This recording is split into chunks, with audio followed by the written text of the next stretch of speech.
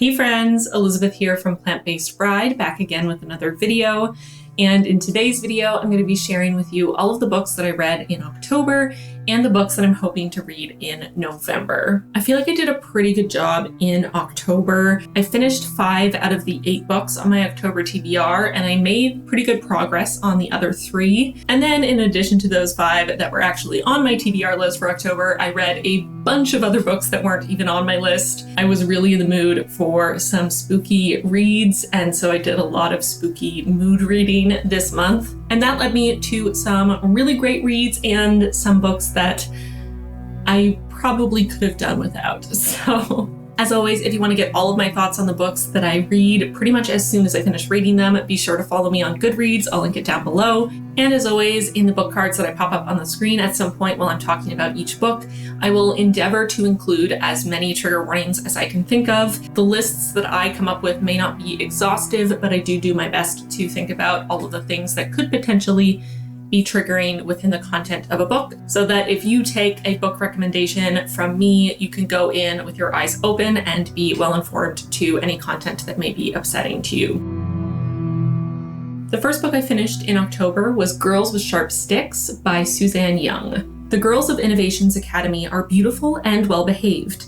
It says so on their report cards. Under the watchful gaze of the guardians, the all-girl boarding school offers an array of studies and activities, from growing a beautiful and prosperous garden to art appreciation and interior design. The girls learn to be the best society has to offer.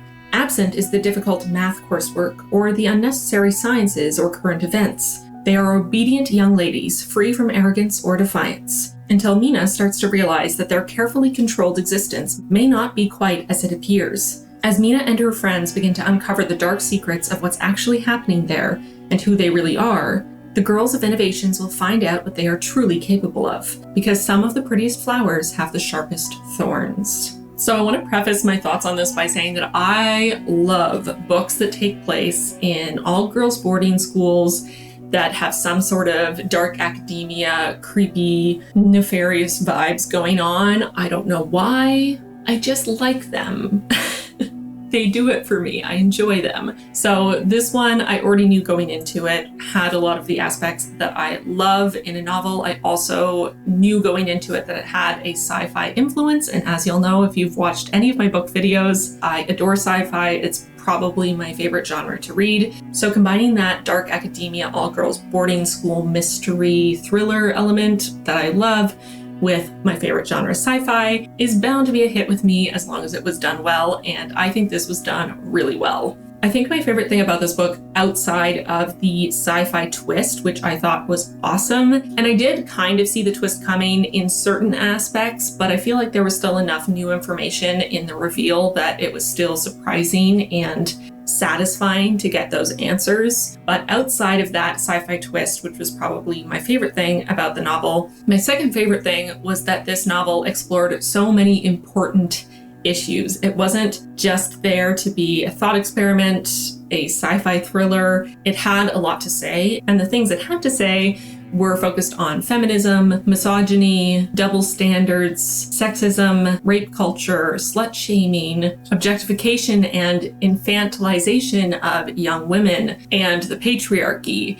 And all of these things were explored in, I think, an actually very thought-provoking and powerful way, especially for a YA genre fiction like this. I would hope that young people reading this story would start to think deeper about a lot of these issues that are brought up and question why society makes us feel that it is so normal to treat especially young women, but really all women, in this way. I found this book incredibly thrilling. I was on the edge of my seat. I finished it in, I think, a day or maybe 2. And I found that it had that really powerful, poignant message that I could really stand behind. It is unapologetically feminist, and I loved it for that. So I started the month off strong. I gave my first read 5 stars, And I jumped right into the sequel because Girls with Sharp Sticks is the first of a trilogy. The third book hasn't been released yet, but the first two have.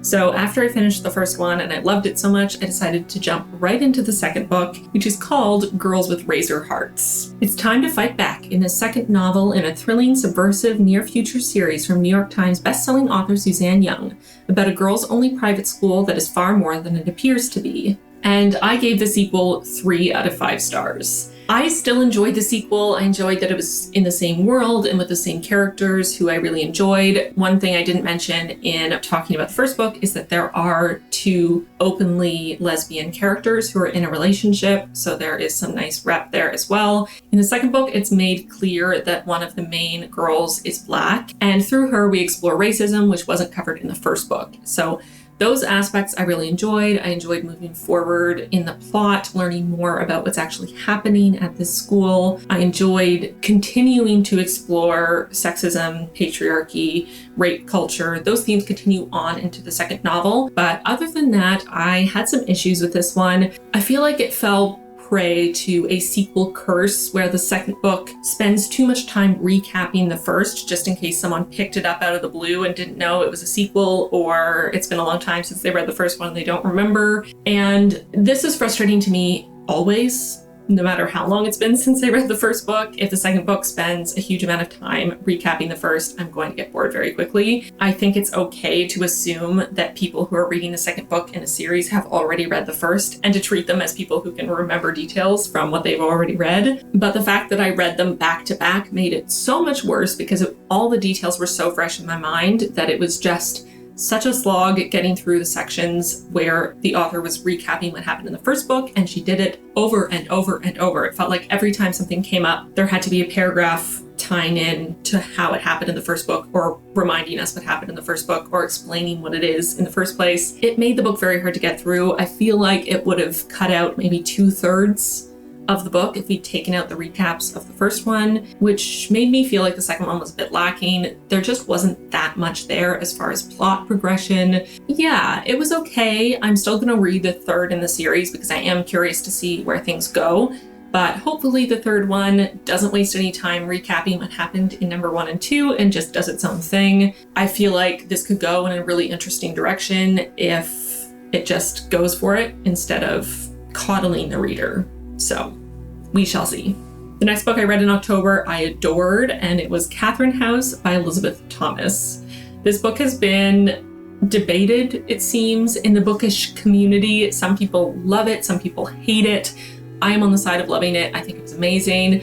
Yet again, it is a not all girls, but a boarding school. Dark academia vibes, sci-fi influences, a little bit of thriller mystery vibes sprinkled in there. And on top of that, it's really weird, which, again, if you've watched any of my bookish videos, you probably know at this point that I really enjoy weird books. Bunny is a good example, and one that I would compare to Catherine House as being very similar in the vibes that it gives off. Annihilation, the Area X trilogy, that's another one that I really enjoyed for just the absolute ridiculous weirdness that it was. But I can totally understand why people wouldn't like this book, depending on their reading preferences. So let's get into it. You are in the house, and the house is in the woods. You are in the house, and the house is in you. Catherine House is a school of higher learning like no other, hidden deep in the woods of rural Pennsylvania. This crucible of reformist liberal art study, with its experimental curriculum, wildly selective admissions policy, and formidable endowment, has produced some of the world's best minds. For those lucky few selected, tuition, room, and board are free, but acceptance comes with a price. Students are required to give the house 3 years, summers included, completely removed from the outside world. Yet the house's strange protocols make this refuge, with its worn velvet and weathered leather, feel increasingly like a gilded prison. And when one student's obsessive desire for acceptance ends in tragedy, Inez begins to suspect that the school, in all its shabby splendor, hallowed history, advanced theories, and controlled decadence, might be hiding a dangerous agenda that is connected to a secretive, tightly knit group of students selected to study its most promising and mysterious curriculum. So I gave this book 5 stars. I think if you're familiar with my reading taste, you will be completely unsurprised by this result.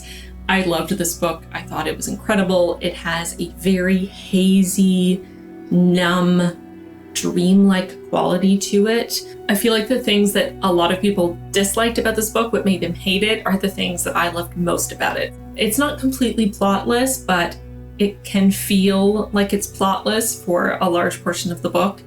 Day-to-day repetition and the sort of meandering quality of it. I saw a lot of reviews for people who disliked it saying that there's no plot, it was boring, nothing happened, I was confused.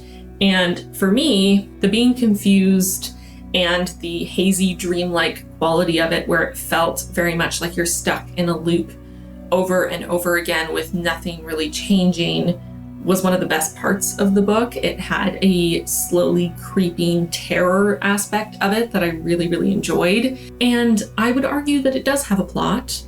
It's just a slow one, but definitely things happen. It is not completely plotless. I am surprised that this has kind of become the thing that people are parroting, that it's plotless, because it just objectively is not plotless, but that's fine.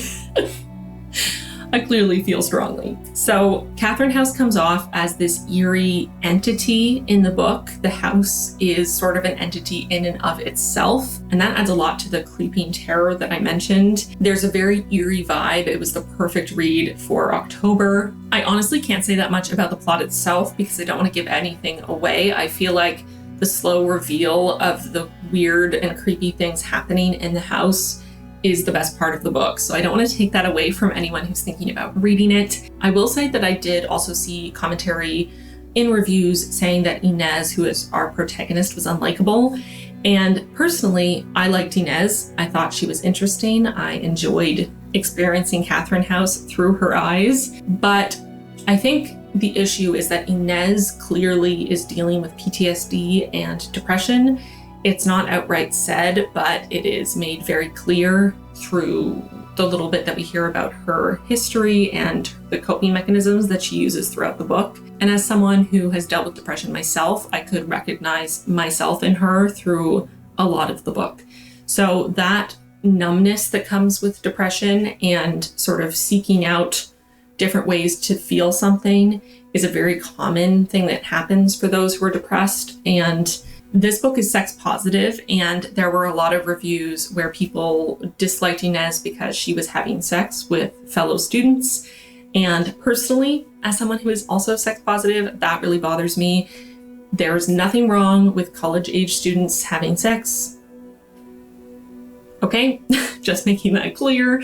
And there was nothing about the way that she's having sex that is wrong or immoral or dangerous or unhealthy. She's a normal young adult person.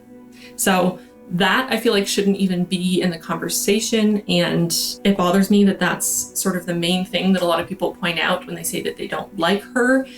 The other thing that I noticed is that people say that she seemed sort of oblivious to her surroundings, or that she didn't really care about anything, which again is what it's like to have depression. So I think if you've never dealt with depression, or if you're really unfamiliar with it, you may struggle to connect to Inez. But I think for anyone who has dealt with depression or has known someone who has had depression, you may be able to pick up on that more easily and practice that compassion for what Inez is struggling through.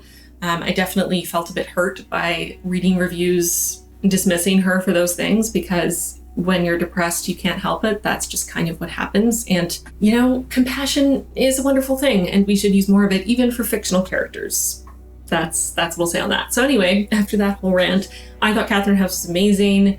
I would highly recommend it. It does have a bit of a sci-fi twist, which is really interesting. It does end ambiguously, which I thought was great. I loved being able to come up with my own ending, but some people didn't like that as well, which is fair. I know some people want to get all the answers at the end, and I do too, depending on the novel. But for something like this, it felt perfect to leave it open-ended. So 5 out of 5 stars, I would recommend Catherine House. The next book I finished in October was the first one that I finished from my actual October TBR, and that was The Companion by Katie Alender. This is a young adult horror that I was really, really excited to read. So I got this one as an ALC, an audio listening copy from Libro FM, which is an alternative to Audible, which allows you to support small bookstores when you purchase your audiobooks. Libro FM is amazing. I would highly recommend them. There's a link in the description box if you're looking for somewhere to get your audiobooks. But this was an ALC that I received, and I saw the cover and I immediately was intrigued. And then I read the description and I was even more intrigued. So I was really, really excited to get into this one, and it did not disappoint. The other orphans say Margot is lucky. Lucky to survive the horrible accident that killed her family. Lucky to have her own room because she wakes up screaming every night.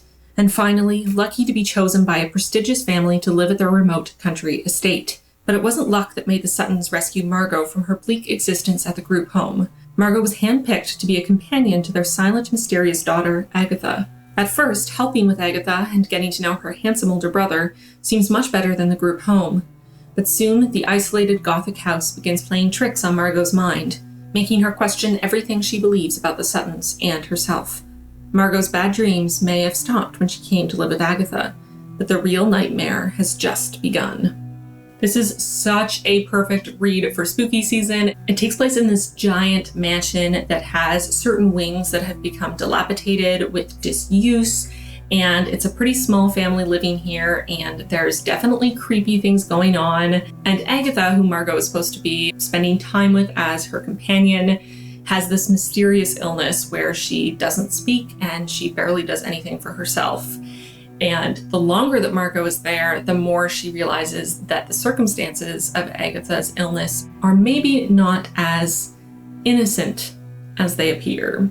And things go from there. And it gets real creepy and it gets real good. There's no big twist in this novel. I feel like you can kind of tell from pretty early on who the big bad is going to be. But I honestly loved the really slow reveal as you start to realize what's going on and Margot starts to realize what's going on. And you can almost feel her resisting it because she wants to feel safe. She wants to feel accepted and like she belongs here. But she slowly starts to realize that things are not adding up. Things are not okay. And she starts to get scared and you get scared with her. And I just enjoy the fact that this didn't have to have a twist to be terrifying. It was absolutely terrifying.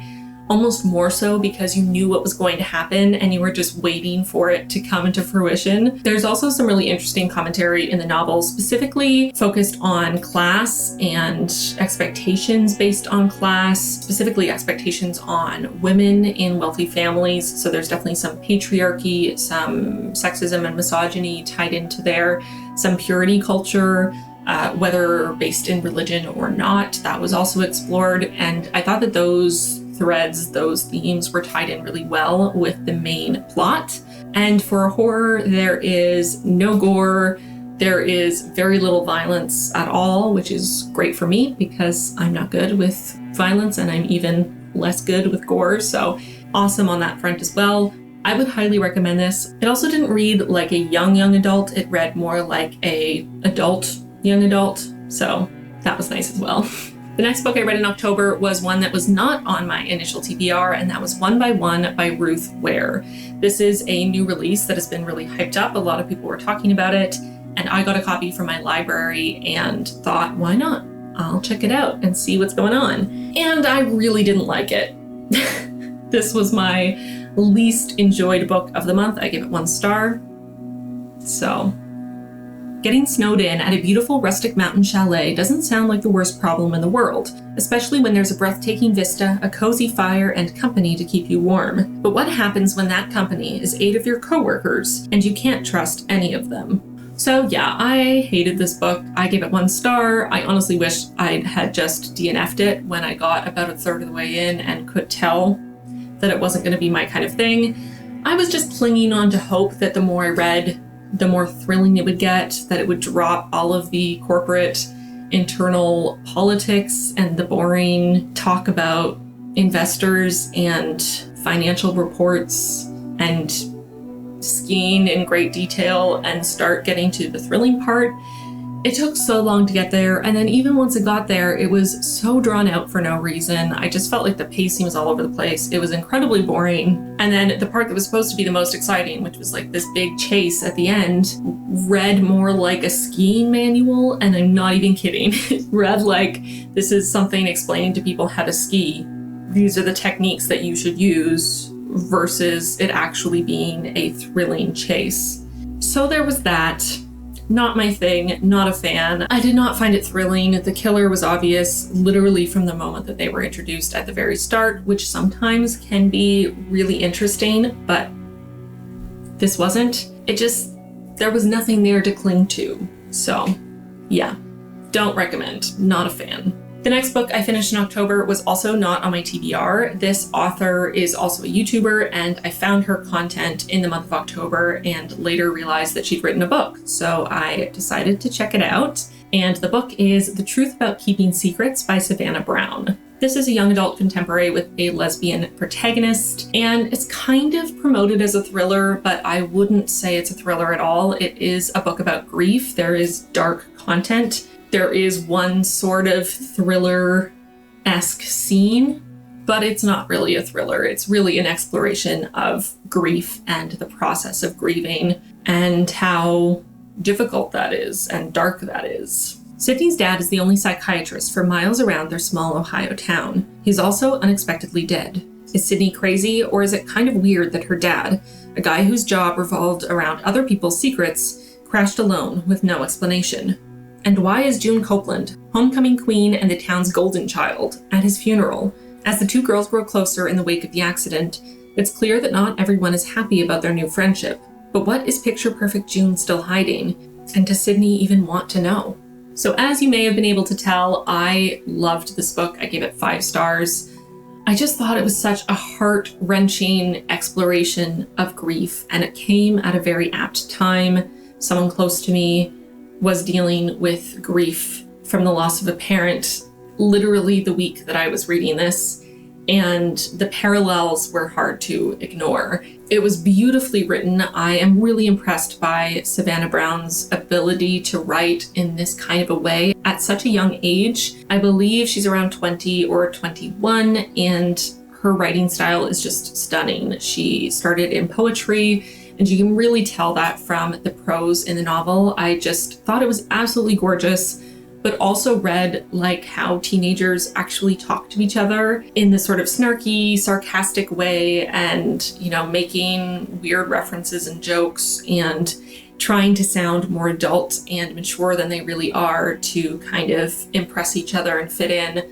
All of those things felt really realistic while also having this sort of otherworldly, poetic quality to them that really drew me into the story. The exploration of grief in this novel is very dark and uncomfortable, just like grief itself. And I thought that it was really well done. It approached grief as the complex beast that it is. And also it took the leap, it took the risk to portray a character who was not dealing with grief very well or in a healthy way. Our protagonist, Sydney, is dealing with her grief in a lot of destructive ways that are not helping her. But she's also a teenager who has lost her father, and she doesn't have that support. She doesn't have someone teaching her how to grieve in the healthiest way, and it shows. And I think that that is so realistic, because this kind of grief can completely overwhelm people twice, 3 times the age of our protagonist.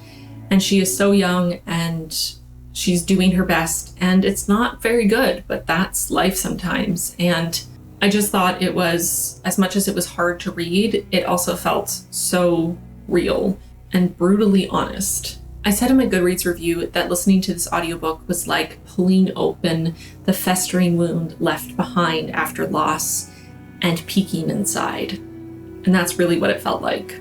There's also quite a bit of discussion about domestic abuse, physical, sexual, and mental, weaponizing of sexuality, homophobia, and forced outing.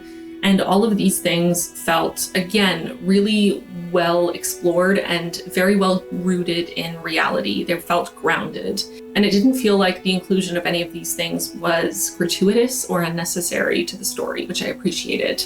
The characters aren't necessarily the most likable, but I also don't know why we expect characters who are young and dealing with a tremendous amount of trauma and grief to be likable for us to care about them. We've all gone through things where in coping, we were maybe less likable than we would be if nothing awful was going on in our lives. And I think that's normal. And I think we should normalize characters who are not always the most likable or perfectly able to cope with everything that comes at them, especially when they are young characters. So that's that on that. 5 out of 5 stars. I loved this book and I would highly recommend it. As with all the books I'm talking about, I would recommend you check out the trigger warnings on the book card to make sure that this is something you can handle. I will also say this is a very honest look at grief, and if you have recently lost someone, if you are dealing with new grief, this may not be the best choice for you. I would recommend waiting until you've had some time and some healing before jumping into this book. Just my own recommendation there. The next book I read in October was also not on my TBR. This book was recommended to me by my therapist. She had just finished reading it and felt like there were some parallels from the experience of the author and my experiences in my life, and thought that I would benefit from reading it. So I did. And the book is Unbearable, Lightness, A Story of Loss and Gain by Portia de Rossi. This is a nonfiction book focused on Portia de Rossi's experience with her eating disorder. So I would recommend, if you are triggered by the discussion of eating disorders, to skip to the next book. I'll put a timestamp on the screen here. And there's also detailed timestamps in the description box so that you can skip to the next book if you're not in a place to listen to this discussion right now. Portia de Rossi weighed only 82 pounds when she collapsed on the set of the Hollywood film in which she was playing her first leading role. On the outside, she was thin and blonde, glamorous and successful. On the inside, she was literally dying. In this searing, unflinchingly honest book, Portia de Rossi captures the complex emotional truth of what it is like when food, weight, and body image take priority over every other human impulse or action. I gave this book 4 out of 5 stars. I find it really hard to rate books of this nature, nonfiction books in general, but nonfiction books that are so focused on personal experiences are really hard to rate. So I gave it 4 stars because it felt like an honest representation of her experience, which I think is important, and I connected to it very deeply. I took 1 star off because I do think there is a chance for this book to be triggering in a way that is detrimental to people who may choose to read this who are not yet at a point in their recovery where it is a good idea, if that makes sense. That is definitely something I would say about this book. I think it is a book that people who are in recovery from an eating disorder, especially if you have dealt with anorexia and or bulimia, I think this book could do a lot for you, for making you feel seen and understood and less alone, to give hope. But I do think that it's very important to determine for yourself if you are at a place in your recovery where that is not going to be triggering for you. Because even for me, I am, I think 7 years into my recovery, and I still had moments where I had to put it down and I wasn't sure if I could continue. This is brutally honest. She details what she did, and it is really, really hard to read. Really hard. If you're still actively suffering from your eating disorder, I would not recommend reading this book. And if you're very early on in your recovery, I would also hesitate to recommend it. Obviously, experiences vary and you know yourself best, but just proceed with caution. I think this book can do a lot of good. I know that it felt like it did a lot of good for me. It helped me work through a lot of things that I have been struggling to work through in regards to my feelings about my eating disorder and my recovery, a lot of the shame that I have about that time in my life. And it really helped to see someone else going through a lot of the things I went through, to realize that I'm not the only person who's ever felt that way. And also to realize how much compassion I had for Portia in reading this, in reading her experience. I just wanted to help her, and I felt so terrible that she had to experience these things, that she was trapped in this prison of her own mind. And in being able to find that compassion for her, I was able to find more compassion for myself, for the person that I was when I was trapped by my own mind, when I was suffering from my eating disorder. So I think it can be very beneficial. It was very moving for me, but again, with the caveat that I do think you have to be prepared going in, and you should be very careful depending on where you're at in your recovery. As for anyone who has not suffered from an eating disorder who's considering reading this, I would say if you are actually wanting to know in great detail what it is like to suffer from anorexia and bulimia, if you want to know the kinds of thoughts that people who are suffering from these mental illnesses are thinking, if you want to know the types of things they will do and basically have no control over, then I would recommend you read this book. But I would also say to keep in mind to be compassionate and understanding. Try to suspend your judgment. I found some of the negative reviews from people who have not suffered from eating disorders incredibly upsetting because they were just so lacking in compassion and understanding and very judgmental. And that's something that stops a lot of people with eating disorders from coming forward, the fear of being judged and ridiculed and diminished. So please don't read it if that is your perspective on people with eating disorders, if you're not open to hearing what it is really like. Or if you do, at least don't leave a disparaging review, because Portia de Rossi is probably not going to see your review, but people who are looking at this book who likely have suffered with or are suffering with an eating disorder are the ones who are going to read your review. And they are the ones who are going to feel ashamed when they read it and feel that judgment for not being able to resist their mental illness, which is something we should not expect people to just be able to do. And I'm going to stop talking about this because I'm going to get upset, but just compassion, everyone. Please, let's practice more of it, especially when it comes to mental illness. Please, oh please. Let's move on to the next one. The next book I read in October was also not on my TBR, and this was another one that was a recent release that everyone seemed to be talking about, which is The Guest List by Lucy Foley. On an island off the coast of Ireland, guests gather to celebrate two people joining their lives together as one. The groom, handsome and charming, a rising television star. The bride, smart and ambitious, a magazine publisher. As the champagne is popped and the festivities begin, resentments and petty jealousies begin to mingle with the reminiscences and well wishes. And then someone turns up dead. Who didn't wish the happy couple well? And perhaps more important, why? So this is a classic mystery thriller, and it just did not work at all for me. I gave it 2 stars. It again suffered from us knowing from the very beginning who the bad character was, and it tried really hard to create relationships between this bad person and basically every single person at the wedding. And it was done in such a way that made it seem unrealistic and forced. I gave it 2 stars because I really liked the atmosphere and there were a few scenes that I enjoyed, but overall I just found it boring, to be honest. And while I didn't guess ahead of time who the killer was, I did know from the very beginning who the victim would be, and then the killer honestly didn't even matter. When the reveal happened, I didn't feel anything. It could have been anyone, and it really wouldn't have changed it. I wasn't surprised by who it was in the end. I think it actually would have had more impact if it had been another character or maybe a couple characters teaming up together. But the way that it played out, it just felt very pedestrian, and no one seemed particularly disturbed by the death either. So it didn't really feel like there were any stakes. So again, a disappointing read for me. The next book I finished in October was on my October TBR, and it's actually been a book that's been on my TBR for months now, and that is Sapiens, A Brief History of Humankind by Yuval Noah Harari. This book, as I've explained multiple times, I was listening to on audiobook with my husband, and we were just catching, 10 minutes here and there to listen. Once we finally finished it, I took a step back and looked at it and tried to gather my thoughts. I think the main issue with this book is that it tried to do too much. It is, as the title implies, attempting to give us a brief history of the entire timeline of humankind, which is kind of an oxymoron. I don't even know if it's possible to give a brief history of that amount of time. And it struggled from trying to have too much breadth and not having enough depth.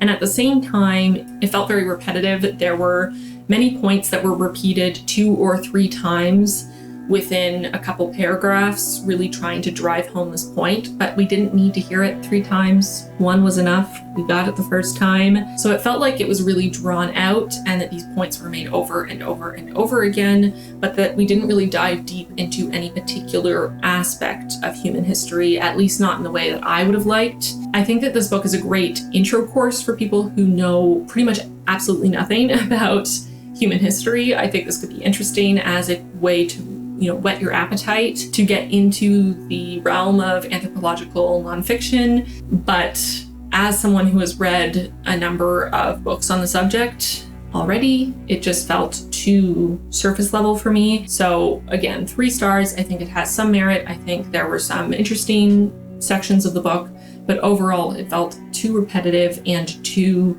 shallow for my taste. The next book I read in October was also not on my TBR, and it was The Last Time I Lied by Riley Sager. 2 truths and a lie. The girls played it all the time in their tiny cabin at Camp Nightingale. Vivian, Natalie, Allison, and first-time camper Emma, the youngest of the group. The games ended when Emma sleepily watched the others sneak out of the cabin in the dead of night. The last she, or anyone, saw of them was Vivian closing the cabin door behind her, hushing Emma with a finger pressed to her lips. Now a rising star in the New York art scene, Emma turns her past into paintings, massive canvases filled with dark leaves and gnarled branches that cover ghostly shapes in white dresses. The paintings catch the attention of Francesca Harris-White, the socialite and wealthy owner of Camp Nightingale, who implores Emma to return to the newly reopened camp as a painting instructor. Emma sees an opportunity to try to find out what really happened to her friends. Yet it's immediately clear that all is not right at Camp Nightingale.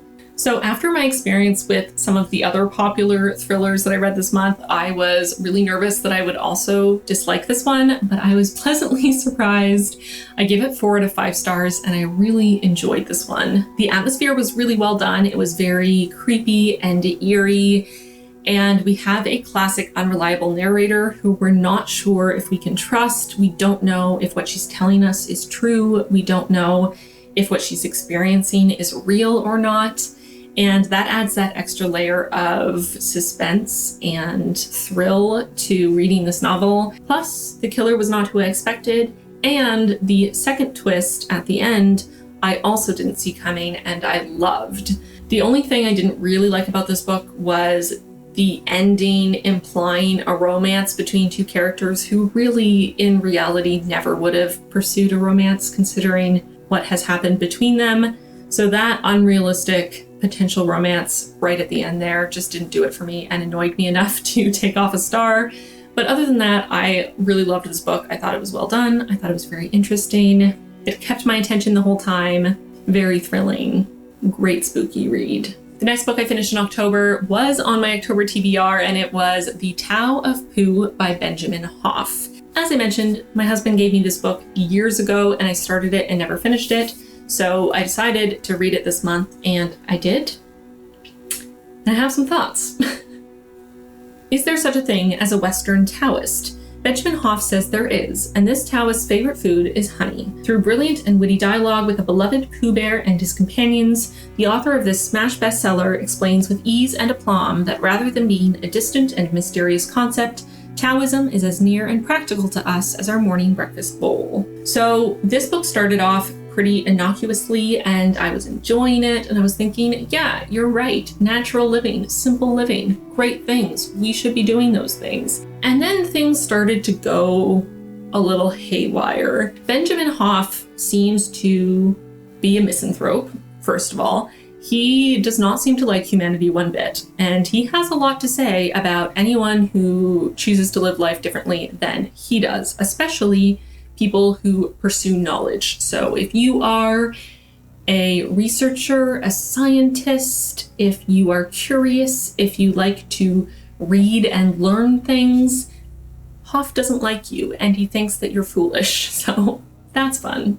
I was honestly really taken aback by how judgmental Hoff was through the second half of the book, especially. I marked some of the passages that really stood out to me as the most egregious. I think the part that really upset me the most was when he was basically saying that we shouldn't care about what's happening in the world.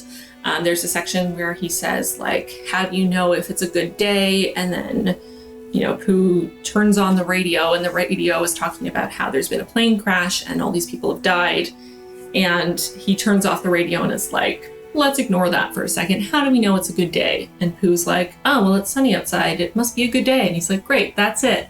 Like, don't worry about what's happening in the rest of the world. Just appreciate where you're at and what's going on with you, and be happy, and you'll have a nice life. And then very shortly after that, I don't think it was in the same chapter, but only a few pages later, he's going on and on about how we should be compassionate, and people don't have enough compassion these days, and how, important compassion is in Taoism. Apparently we shouldn't have compassion for the suffering of others, or we shouldn't be standing up to support people who are in lesser circumstances than our own. We shouldn't be doing research to try to help with issues in the world or to help people who are dying from illnesses.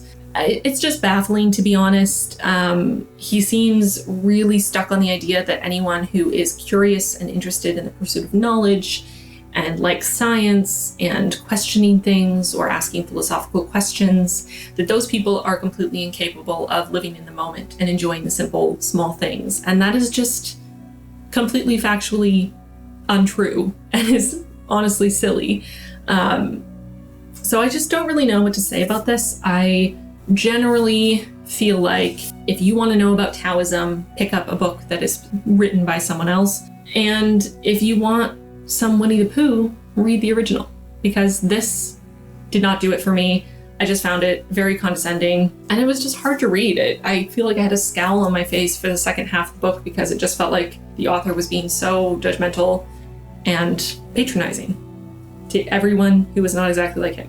It just, so I give it 2 stars. I think there was some value to it. It had some interesting ideas about enjoying the small things and being in the present, but he's not only disparaging of a bunch of types of human beings, but he's also disparaging of every character from Winnie the Pooh other than Winnie the Pooh himself. And that's honestly just hurtful. As a Piglet and Eeyore stan, he talked down to them so much, especially Eeyore, which is just rude. So that's that. The next book I finished in October was Vesper Flights by Helen Macdonald. This was another one that was on my TBR, and I started it last month in September. This is a collection of essays written by Helen Macdonald about animals and nature and how they relate to the human experience. I thought that this essay collection was absolutely stunning. I gave it 5 stars. I would highly recommend it. I would recommend, if you're going to read this, that you read it differently than I did. I kind of went through in a pretty quick chronological fashion like you would reading a regular novel. But I would recommend more the approach of reading an essay at a time when you have a quiet moment, when you have some time to really sit and focus and let the words sink in and the meaning sink in, and you have some time to ruminate on them. I wish I'd given myself more time to sit with each essay instead of just going from one to the next, like listening to the next chapter of a novel with one through line, because it's, as much as there are themes that continue on through the entire collection, they are individual works. So that's one thing I would say, but I thought they were stunning. Macdonald has a great skill at showing us how animals relate to us and their meaning for us, their significance, while also recognizing animals as their own sentient beings with their own wants and needs and rights and purpose and worth. And as an ethical vegan who has felt this way about animals for a very long time, it was lovely to read so many essays that really celebrated animals in this kind of a way. And they also tied in with a lot of current issues, Brexit, immigration, climate change. Very poignant, very timely, and I would highly recommend it.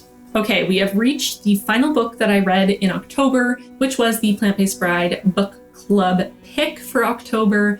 We decided to read something spooky, and we ended up voting for The Strange Case of Dr. Jekyll and Mr. Hyde by Robert Louis Stevenson. First published in 1886, The Strange Case of Dr. Jekyll and Mr. Hyde is about a London lawyer named John Gabriel Utterson, who investigates strange occurrences between his old friend, Dr. Henry Jekyll, and the evil Edward Hyde. So obviously I've been aware of this tale through osmosis from however many adaptations I have been witness to throughout my life. This story is so well known, but reading the original novella was such a fun experience. It was, first of all, so well written. The language is gorgeous. It's also actually quite funny. There was a line where Mr. Utterson, the lawyer, is talking about looking for Mr. Hyde. And he says something along the lines, I'm paraphrasing, but he says, "If he shall be Mr. Hyde, I shall be Mr. Seek." And I laughed out loud at that line, and it took me out of it for a second because it was just so funny and also so silly in its humor that it just felt like a great break of the tension, because this is a pretty short novella, but there's a lot going on and there is a lot of creepy, eerie tension as Mr. Utterson starts to unwind the mystery of Dr. Jekyll and Mr. Hyde. So that was great. I loved that part. And also just in general, it was really interesting to read the original work and the way that it is framed, not from the perspective of Dr. Henry Jekyll, but from an outside observer who is friends with the doctor and concerned about him and trying to figure things out from the outside. That was really interesting, and it was really well crafted, because even going into it, knowing the twist, knowing who Mr. Hyde is and what his relationship is to Dr. Henry Jekyll, you still get pulled into the mystery and you still are kind of on the edge of your seat, even though you know what's going to happen. And I really loved that. So I gave this 5 out of 5 stars. I really enjoyed it. I'm glad we picked it. And yeah, now I kind of want to go back and read all of the original works of sort of classic horror tales that permeate our pop culture, like Frankenstein, Dracula. Let me know in the comments down below if you've read a bunch of these sort of classic horror that have been, adapted a million times. Let me know in the comments which one is your favorite and which one you think I should read next, because I would love to read more of these original works. So those were all my reads for October. I feel like it was a pretty good reading month. I'm actually going to pop up on the screen some stats for the month of October, the books that I read, rating averages and things like that. I do want to start recording more stats for my reading, just for curiosity's sake and because I enjoy graphs and data. So here are some of the stats that I compiled for my reading for October. And before I hop into chatting about the books on my November TBR, I want to quickly touch on the 3 books that were on my October TBR that I didn't finish. So the first one is The Conductors, which I have been reading for a little while. I made some good progress this month, but I'm not quite finished. But this one doesn't come out till 2021, so I'm giving myself a little bit of leeway to finish it. And then the other 2 books that were on my October TBR that I didn't quite finish were Les Fiancés de l'Hiver by Christelle Dabot and The Fifth Season by N.K. Jemisin. So both of these, you may notice, I now have physical versions of, which I didn't previously. First of all, let's talk about The Fifth Season. I was listening to this on audiobook and I was just finding myself struggling to get into it and to remember the details of the world. I decided to buy the trilogy in paperback so I could read along with the audiobook, and I started again from the beginning. So this is the reason why I didn't finish. So I'm going to keep reading it. Hopefully I'll finish it in November, but that's the deal with this one. And then a similar thing happened with Les Fiancés de l'Hiver. This book I've been reading for months, as y'all know. I feel like kind of bad because it's taking me so long to read it. And I know there's a bunch of you who are really excited to hear my thoughts and I'm going so slow. But here's the honest truth. I speak French.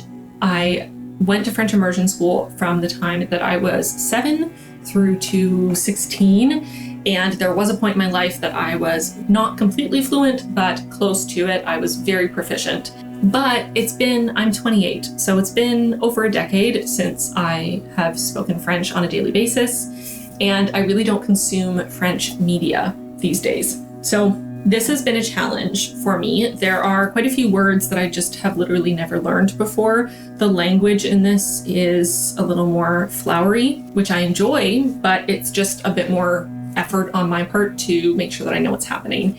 And to be honest, I could read it much faster if I didn't care about understanding every single word, but I do care about understanding every single word. So what I was doing was I was listening to the audiobook and reading the ebook simultaneously and then pausing to look up certain words. And I was finding myself having trouble remembering the words that I was looking up and keeping track of them. I felt like I had to keep looking up the same words over and over again, which was making the process slower. And then I was thinking back to it and I remembered that in school, I always did best when I wrote out my notes and rewrote my notes, that's how I retained information the best. So I decided to get the physical book so that I could read along physically while listening to the audiobook, and then highlight words that I don't recognize and look them up and write the definition in beside it. And so far this has been helping so much. It's much easier for me than the audiobook version. But this is a page for an example. I know some people hate to see writing in books. I specifically bought this book for this purpose, for me to write in it, for me to study. limp. I couldn't read for a second. Avachi, or like limp, lying limp against the table. À moitié avachi sur la table. Outré, outraged. So yeah, that's what I've been doing. And I've been feeling kind of bad about how long it's taken me to read this, but honestly, I'm not always in the place where I can really focus enough to retain what I'm reading in my second language. I'm sure any of you who speak multiple languages will understand that. And I honestly don't have that much time to read in general, so I'm just gonna take it slow, however long it takes me. I want to enjoy the process, and I also want to benefit from it.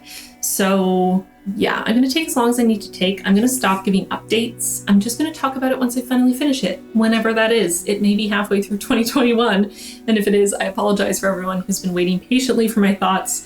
They will come eventually. So yeah, those are the books that I made progress in for October, but did not quite finish. And now let's talk about my November TBR. These are the books I'm hoping to read in November. Haunt to Trot by M.C. Beaton. When private investigator Agatha Raisin learns that her friend and one-time lover, Charles Fraith, is to be married to a mysterious socialite, she sees it as her duty to find out what she can about the woman. Agatha, out of selfless concern for Charles, of course, does the only sensible thing she can think of. She crashes their wedding. Nursing a hangover the next morning, she gets a phone call from Charles with even more disturbing news.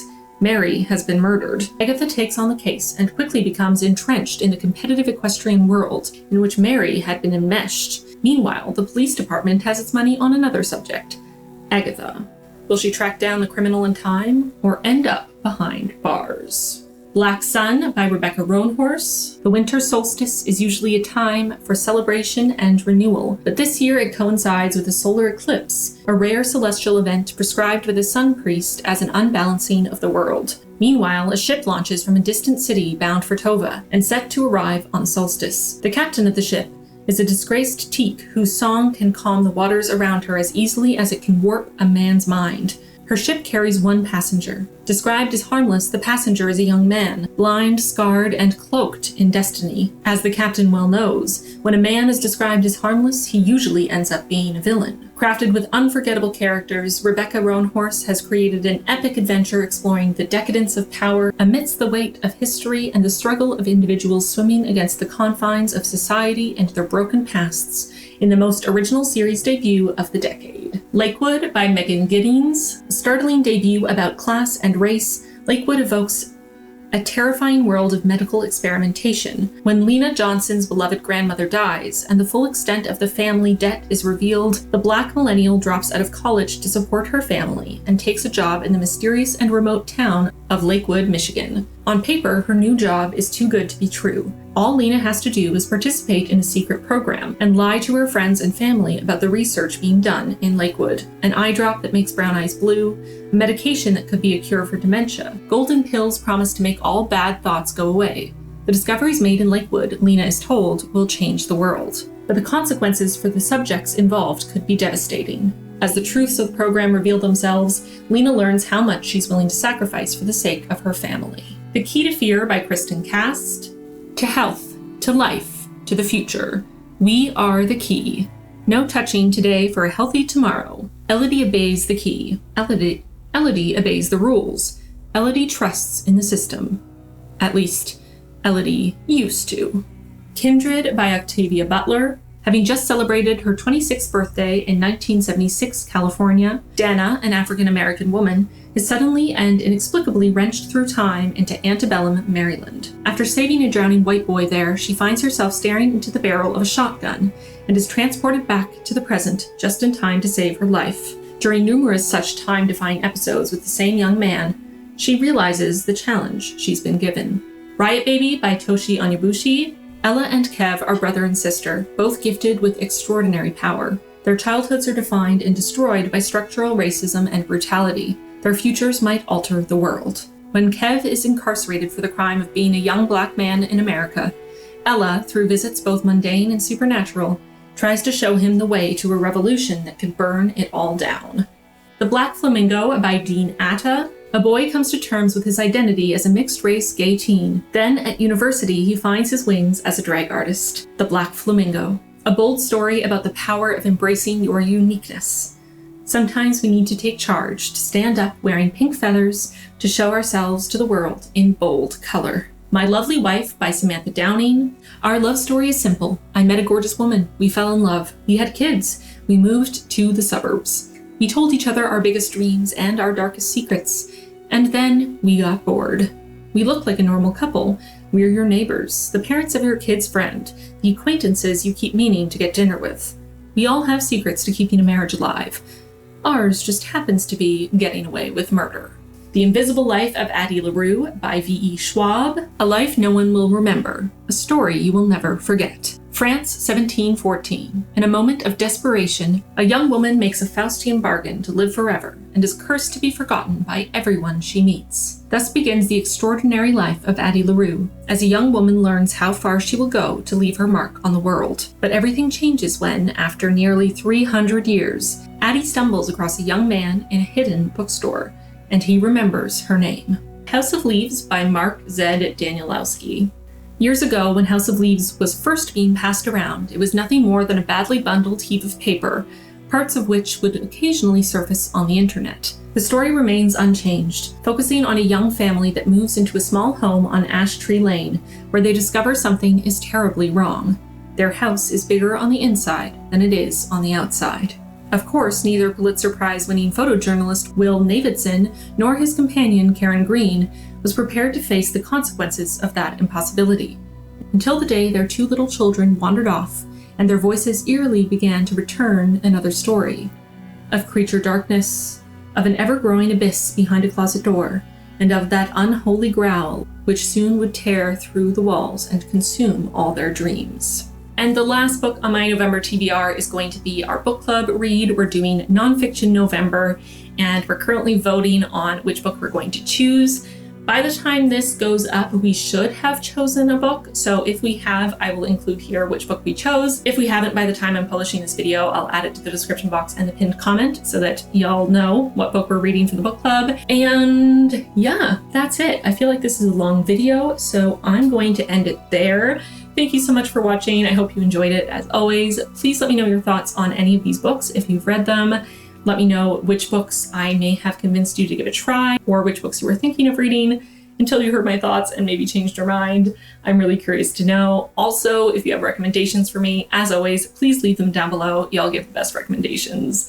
And with that, I'm gonna get going. Thank you so much for watching, and I'll see you really soon in my next one. Bye, friends.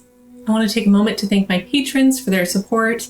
Extra special thanks to our newest patrons, Ash, Sarah, Kathy, Rosie, Angela, Zin, Nicola, Annette, Jamie, Christine, and Pamela. Welcome all of you to the squad. We are so excited to have you. If you at home want to join the squad, feel free. There's a link in the card and in the description box down below. And if you're looking for something else to watch, I recommend you check out this video or this video. Bye, friends.